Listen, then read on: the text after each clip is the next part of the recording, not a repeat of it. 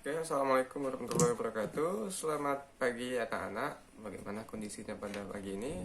Sehat? Oke, ya. Ini kita akan masuk lagi ke materi kita selanjutnya. Kan tetapi ini masih dengan materi mengenai masuknya Islam ke wilayah Indonesia. Kita akan mengulas kembali. Kita akan mengulas kembali apa yang sudah kita pahami bersama. Kita lihat di sini, ini mengenai kedatangan Islam ke wilayah Indonesia. Nah, kita lihat, ya, kita juga sudah sama-sama mempelajari mengenai teori masuknya agama Islam ke wilayah Indonesia. Di sini kita lihat ada teori Gujarat, ya, India. Kita lihat tokoh yang mendukung ini adalah ilmuwan-ilmuwan Belanda seperti Pijnapel dan Mosquito, ya. Pijnapel dan Mosquito ini merupakan salah satu pendukung teori Gujarat atau India. Jadi mereka berpendapat bahwa yang membuat agama Islam di Indonesia adalah orang Arab, ya, dari Mekah sana yang lama tinggal di wilayah tersebut. Nah, jadi maksudnya, ya, adalah bahwa Mosquito ini mempertegas dalam penelitiannya bahwa temuan-temuan batu nisan yang ada di wilayah Indonesia pada abad ke-13 ini berlanggakan Gujarat, ya, atau India. Nah, juga salah satu makam Sultan Malik Al-Saleh juga ini ciri khas Gujarat atau India makamnya. Oke, kita lanjut lagi, yaitu ada teori Bengali atau Bangladesh, ya, daerah Bengal, ya, atau Bangladesh ini mengatakan bahwa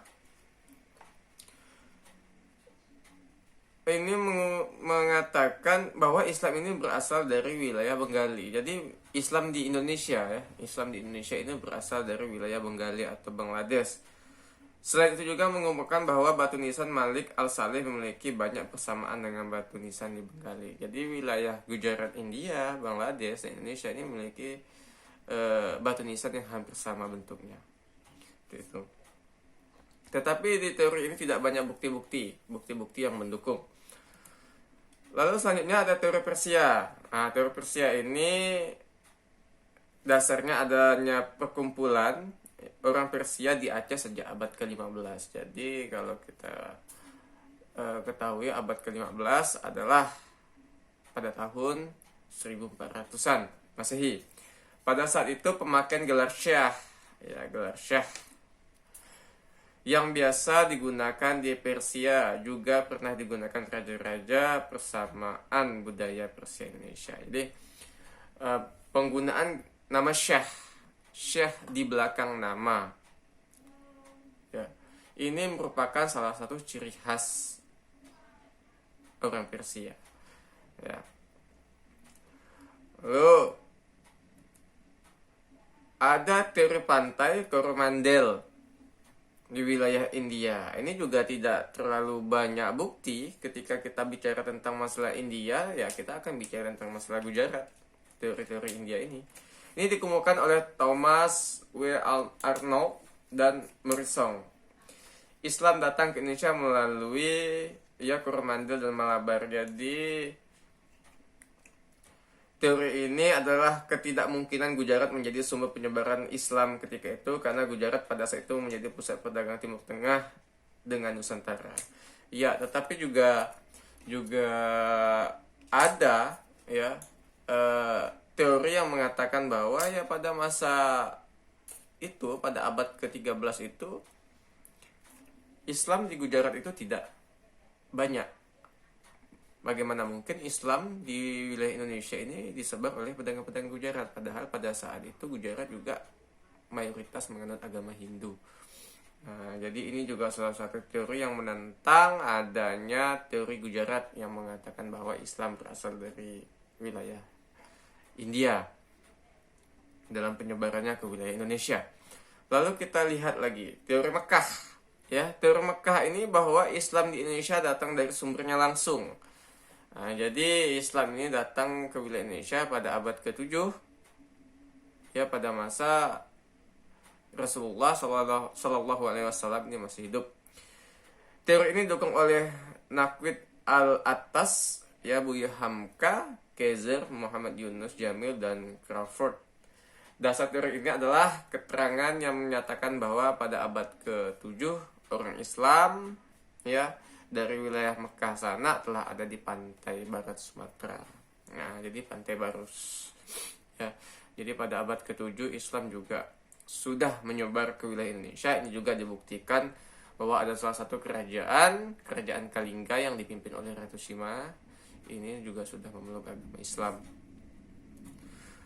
Lalu kita lihat bagaimana masuknya Islam tentunya didasarkan dari interaksi antar penduduk yang menggunakan beberapa pola kegiatan yang dilakukan. Jadi ada strategi, ya, khusus penyebaran agama Islam ke wilayah Indonesia yang dilakukan oleh para ulama-ulama dan pedagang-pedagang pada saat itu. Kita lihat. Perdagangan dimulai pada abad ke-7 Masehi. Jadi perdagangan antar pedagang-pedagang Islam dengan pedagang-pedagang Indonesia ini mulai terjalin sejak abad ke-7 Masehi. Juga mungkin sebelum itu, ya. Yang melibatkan pedagang-pedagang dari Arab, Mekah, Persia, dan India. Proses ini sangat menguntungkan sebab bisa dilaksanakan pada saat mereka berdagang. Dalam agama Islam, semua orang Islam adalah penyampai ajaran Islam. Jadi melalui perdagangan ini merupakan salah satu strategi yang sering dilakukan oleh pedagang-pedagang Islam yang datang dari luar Indonesia pada saat itu, melakukan interaksi dengan penduduk-penduduk lokal. Selain dia berdagang, dia juga menyebarkan budaya dan ajaran Islam kepada penduduk-penduduk lokal.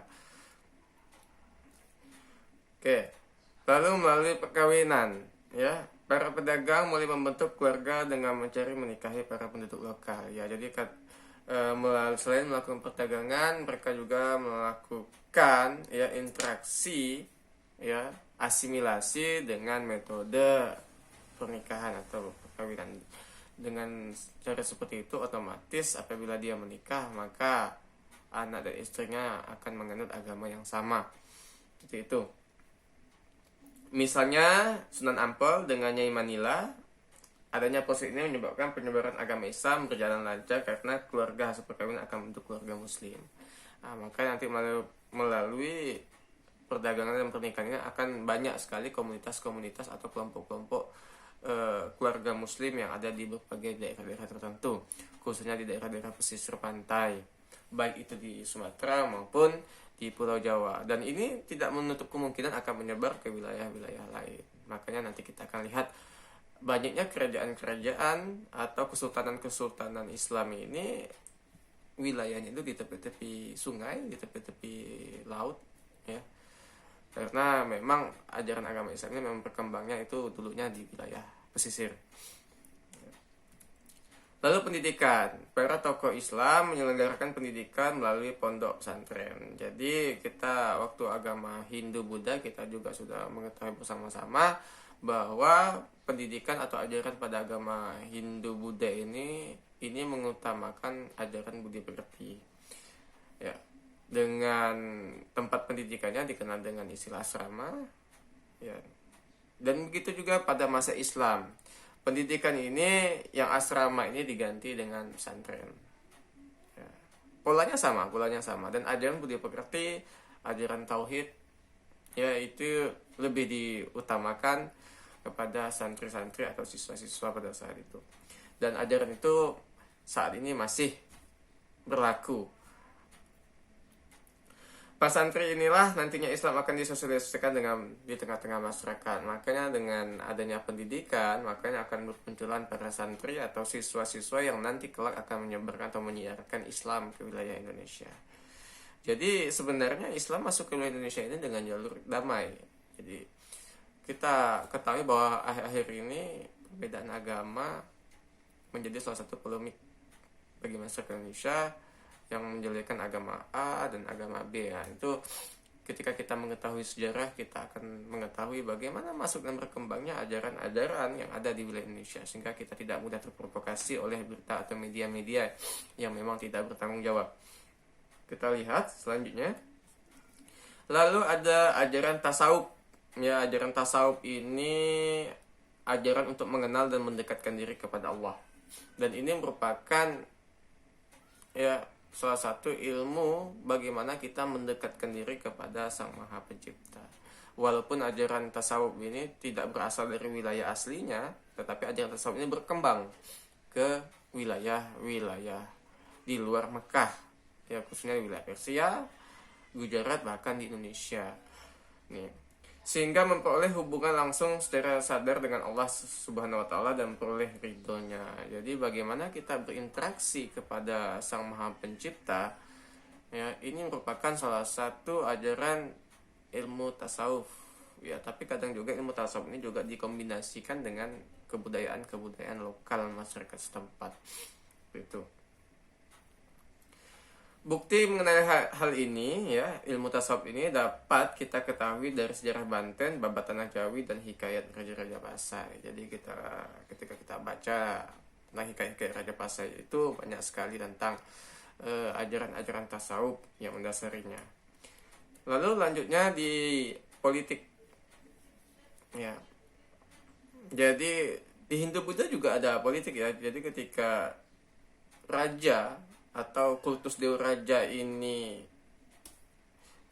diberlakukan, maka rakyat menganggap bahwa raja adalah utusan dewa, sehingga titah raja atau perintah raja itu harus dilakukan karena itu sama halnya mengikuti perintah sang dewa. Nah, tetapi pada masa Islam, ya, jadi ketika seorang raja atau sultan ini memeluk agama Islam, maka secara tidak langsung rakyatnya juga akan memeluk agama Islam, karena ini konsep yang sudah ditanam ketika pada masa Hindu Buddha. Walaupun raja tersebut tidak mewajibkan masyarakatnya untuk menganut agama yang sama terhadap dirinya, tetapi karena pada masa lalu rakyat ini sudah terbentuk, ya, pola pikirnya bahwa setiap apa yang dilakukan raja maka dia juga harus melakukannya. Makanya ketika rajanya memeluk agama Islam, maka rakyatnya secara otomatis akan memeluk agama Islam. Kepentingan politik dilaksanakan melalui perluasan wilayah kerajaan yang diikuti dengan penyebaran agama. Jadi menyebarkan atau memperluas wilayah ini, kalau zaman dulu dengan menggunakan perluasan wilayah atau dengan peperangan, tetapi ketika masuknya agama Islam, untuk memperluas wilayah hanya menggunakan dakwah atau media syiar kepada wilayah tertentu, sehingga kalau sudah menjadi salah satu agama yang sama, maka wilayah tersebut akan mudah untuk ditaklukkan seperti itu. Lalu ada seni dan budaya. Jadi islamisasi melalui bidang seni budaya dapat dilakukan melalui beberapa cara, ya. Jadi dengan seni budaya juga ada seni pahat, ya, seni ukir. Jadi seni pahat dan seni ukir ini lebih cenderung ke ukiran dalam bentuk, ya, bunga-bunga, ya, bunga-bunga atau tumbuhan-tumbuhan gitu. Karena pada dasarnya Islam itu melarang untuk mengukir atau membuat patung makhluk hidup selain tumbuh-tumbuhan. Jadi seni pahat dan seni ukir ini lebih cenderung ke ukiran tumbuh-tumbuhan. Lalu ada seni tari, ya, musik dan sastra. Jadi Islam akan mengalami asimilasi ketika sudah bersinggungan dengan yang namanya seni dan budaya, begitu. Makanya nanti kita akan banyak melihat bagaimana kesenian baik tari maupun musik yang memang bernuansakan Islam. Saluran seni yang paling terkenal adalah pertunjukan wayang dan musik. Jadi ini juga salah satu metode yang digunakan oleh Sunan Kalijaga dalam menyebarkan agama Islam ke tanah Jawa, ya, menggunakan media wayang kulit sebagai media dakwah beliau. Jadi pada masa Sunan Kalijaga itu, ketika beliau ketika beliau dakwah dengan menggunakan media wayang, maka penonton itu ketika masuk harus mengucapkan 2 kalimat syahadat. Ya, jadi tidak ada paksaan. Apabila dia tidak mau masuk, iya jangan mengucapkan 2 kalimat syahadat, ya, seperti itu. Dan musik, nah, jadi juga Sunan Kalijaga juga banyak menciptakan lagu-lagu atau tembang-tembang, ya, salah satunya adalah Tombo Ati yang memang sudah kita ketahui, ya. Dan juga ada lagu yang memang menjadi salah satu lagu yang dianggap memiliki kekuatan mistis yang luar biasa, itu judulnya Lingsir Wengi. Cuman kalimatnya itu sudah banyak diganti. Jadi Sunan Kalijaga itu menciptakan lagu Lingsir Wengi itu untuk mengajak umatnya, mengajak masyarakat setempat untuk bangun subuh untuk sholat tahajud. Tetapi kalimat ini sudah diganti oleh orang yang memang memiliki aliran ilmu hitam seperti itu. Lalu bukti-bukti masuknya Islam ke wilayah Indonesia. Ini ada beberapa bukti, ya. Ini ada di wilayah Sumatera, ya, berita Cina zaman dinasti Tang, ya, berita Marco Polo, Tom Pires, ya, dalam bukunya Summa Oriental, ya, nisan Sultan Malik As-Saleh yang tadi ini memang ciri khas India atau Gujarat tadi.